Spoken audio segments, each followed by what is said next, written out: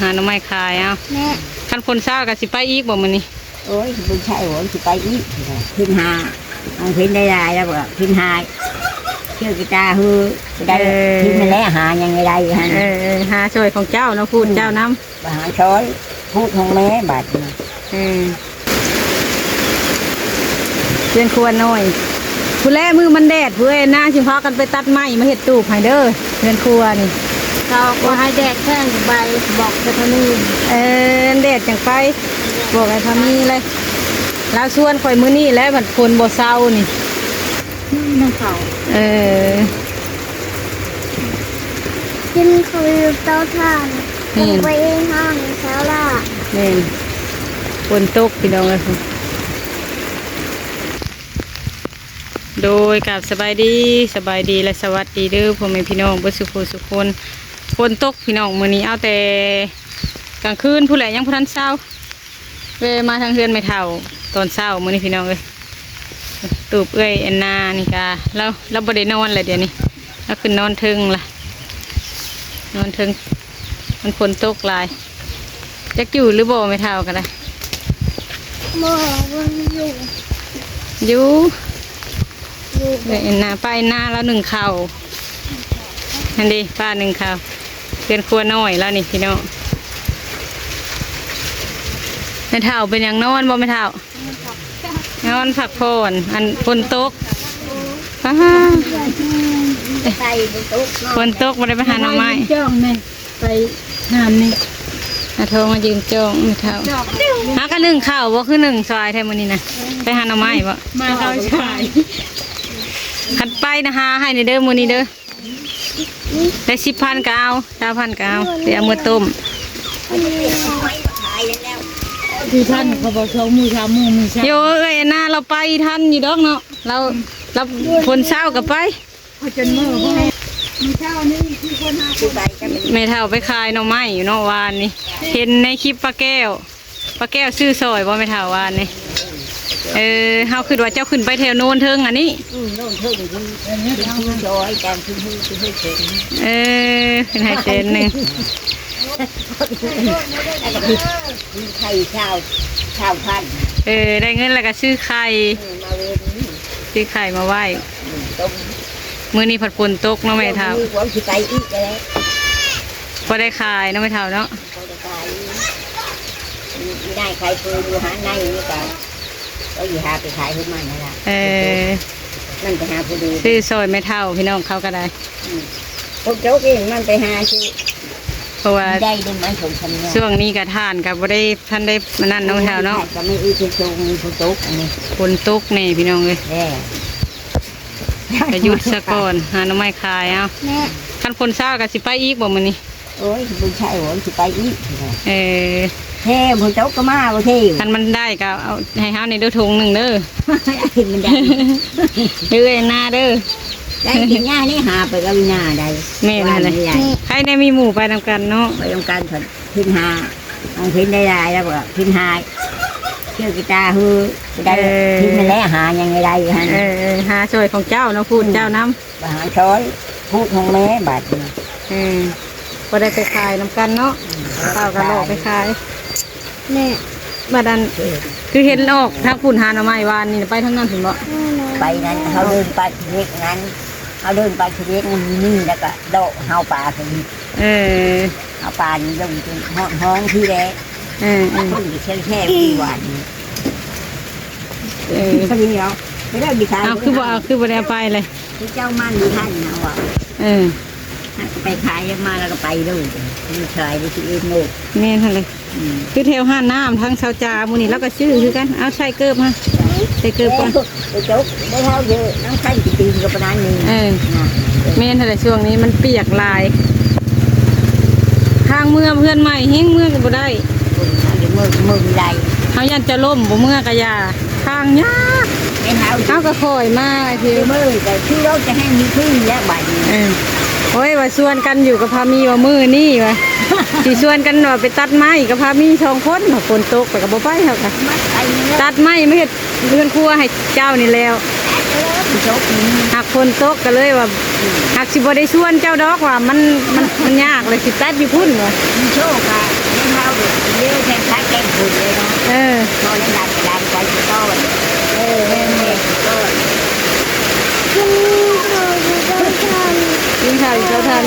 นตกเลย ได้มากินข้าวอยู่เตาถ่าน ข้าว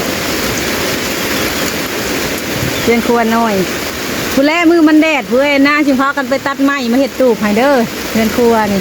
เขาก็ให้แดดแข้งใบบอกจะทำนี่ แดดจังไปบอกไอ้พามีเลยแล้วชวนข่อยมื้อนี้แล้วมันคนบ่เศร้านี่ไอ้คนเศร้าจังไปตัดมาเห็ดให้เด้อบอนหนึ่งข้าวนี่ ร้านนะ เป็นหน้าหนึ่งข้าวพี่น้องคนกระหัวลงมาอยู่ได้พี่น้องบอนหนึ่งข้าวเพิ่นกันนี่แนวอันขายางมันขาดแล้วขายางขาดเลยกระหัวลงมากระเพาะได้แต่บอนดังไพ่เลยเนาะ บ่หัวฟังเทวข้างนี่กระหัวเบิดมันเสีย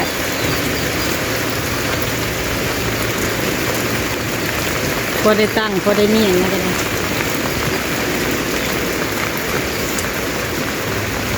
ฝนตกพี่น้ วั อง นนี้บดเท่าจะเสือเนาะ วันนี้บ่เช้าจะเถื่อไปหน้าก็ไปหาหน่อไม้บ่ได้อีกหนึ่งข้าวอุ่นข้าวเย็นบ่ น้ำเขา เอ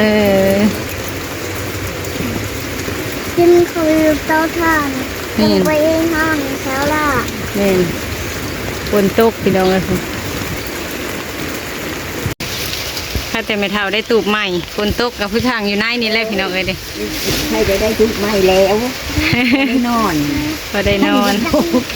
ดีได้พบพอได้นอน แม่นเลยฝนตกแล้วก็พากันออกมาพี่ กิน อยู่บ้านธาตุเขาบ่ได้ขายตอน เช้า นี้ ล่า มันฝนตก กัน แถวทางก็ได้ กินโรงงานเช้าล่า ไปหาเสาหลามซื้อจามให้เพื่อนกิน ไม่จามเลย ซื้อจามซื้อนั้นได้มันป่นเที่ยวกินข้าวต้มมื้อเช้านี่ข้าวต้มพามีแบ่งให้นะแล้วก็อุ่นให้กิน จะมีไม่ออกแบบนี้ ฝนตกกันบ่ได้ออกมาดอกมื้อนี้นะเมื่อวานนี่ออกมาก็ไปเฮ็ดหยังก็บ่ได้มันฝนตกช่วงนี้ ทั้งงัดทั้งงัด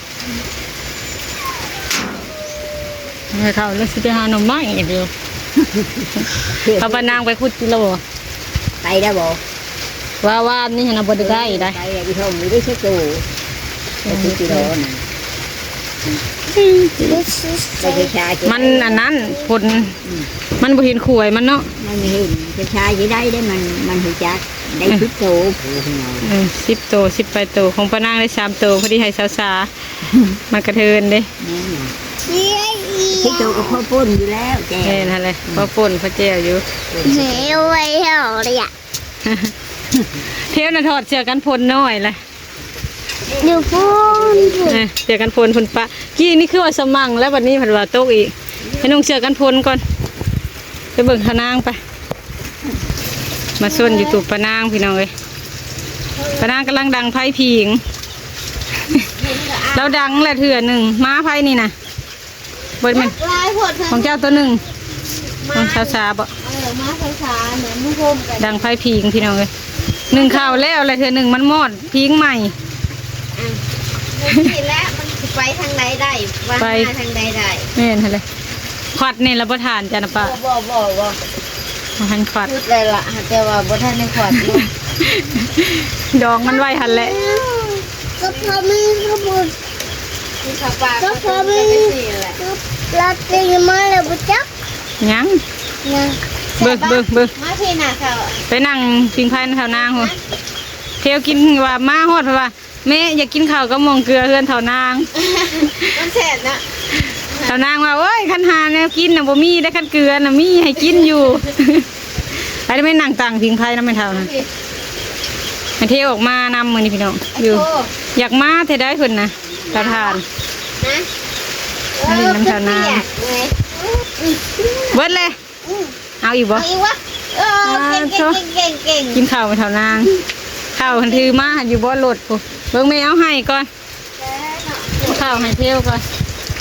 ไปแต่ไปแถวนางแล้วหนึ่งข้าวไว้แต่เช้าปุ๊ข้าวให้เท่าเที่ยวกินก่อนเพิ่นกินเลยพี่น้องให้กินข้าวต้มมันต้มบ่พอมีแบ่งให้แล้วก็อุ่นให้เพิ่นกินเพราะว่าใส่ตู้เย็นไว้ กินข้าวกับหม่องเกลือเด็กน้อยน้องใส่ให้น้อยเดียวพอมันนัวตัวปั่นที่สองเลยถ้านั่งกินข้าวกันยังเช้าๆนี้ จีข้าวจีกิน ถ้านั่งกินไข่จี จีข้าวจีถ้านั่งกินไข่จีเอาลูกชายมานำมือนี่พี่น้องคนอยากมาคนโต๊ะกับมาติดสนีเตาถ่านเลยนี่นะโอ้ยคนอยากมาเดี๋ยวมานะพอได้ถ่ายคลิปพอดีกว่าอยู่เฮือนละจืดไม่ใช่อ้ายตื่นเลย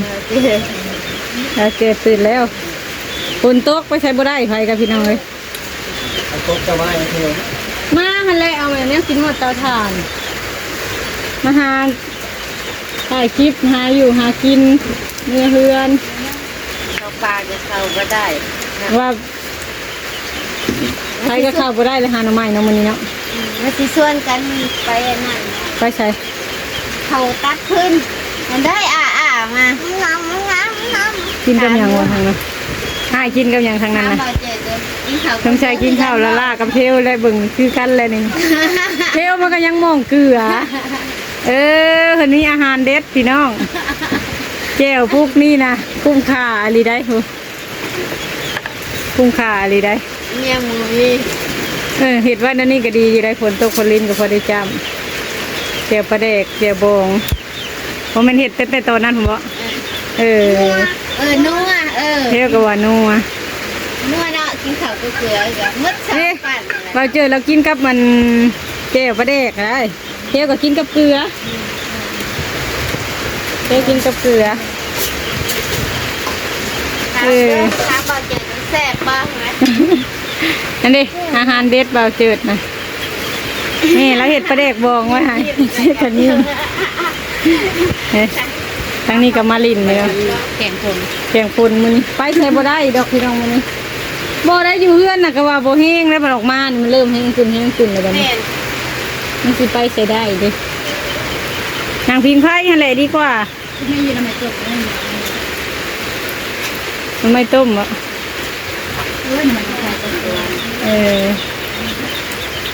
มาช้ามันมาต้องฝน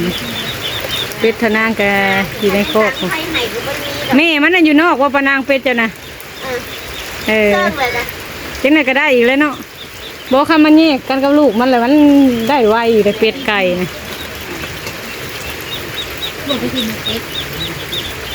เฮาหรือว่าแมวนะจักมาได้ใส่มาหลักกินไก่เฮานะมันนอนในเรือนจะหามาจากแมวสีดำแล้วก็ขาวๆนี่กลางคืนนี่ประมาณ 3-4 โมงไก่เฮากระเติกเลยไปจกกินมันก็จกกินลูกมันในเอิกมันนะเฮาจะเห็นอะไรมันเข่าแมวน่ะยากเมื่อคืนนี้เด็กกันเที่ยงคืนกระเติกค่อยลูกมาเยื่องเบิ่งเห็นตามุ่งสองตาเขาเจอเพิ่นบัดนี้เล่นไม่ว่าใดๆก็เที่ยวไม่ว่ามึงเป็นพี่พงบ่เลยมันมาเห็นยังมันมากินไก่เขาให้แมวอ่ะเด้เราเพิ่นได้ยินมันเป็นพี่พงว่ามึงจังมากินไก่กูนี่ว่าใช่แมวอ่ะนะอันตรายกว่ากว่าแนวอื่นกับแมวนี่แหละมันมาแล้วมันจกเอาโลดใดแล้วเฮาบ่เห็น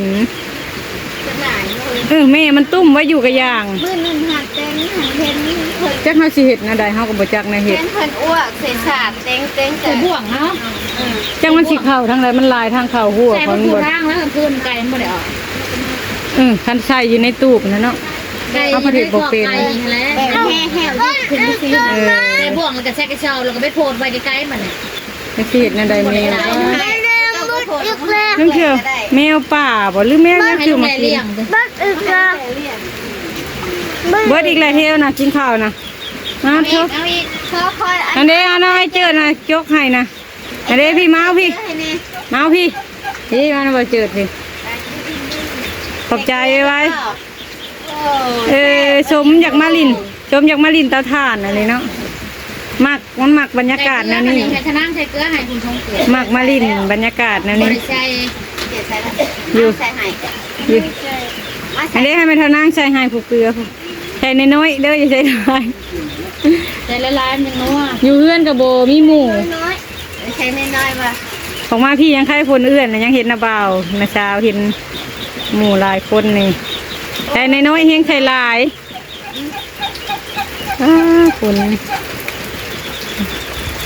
จูบประบนไหวรถไทยแล้วนี่คักอยู่หญ้าแล้วนี่เราเห็ดคักอะไรของเฮาโลดเฮาบ่ได้สร้างมันดัดหัว เขาบอกอีกเดี๋ยวว่าบ่ไม่ทิ้งนาเดี๋ยวว่า มันจริงนาเฮาก็คือว่ามันจริงนาบ่แล้วเลยเฮาบ่ได้สร้าง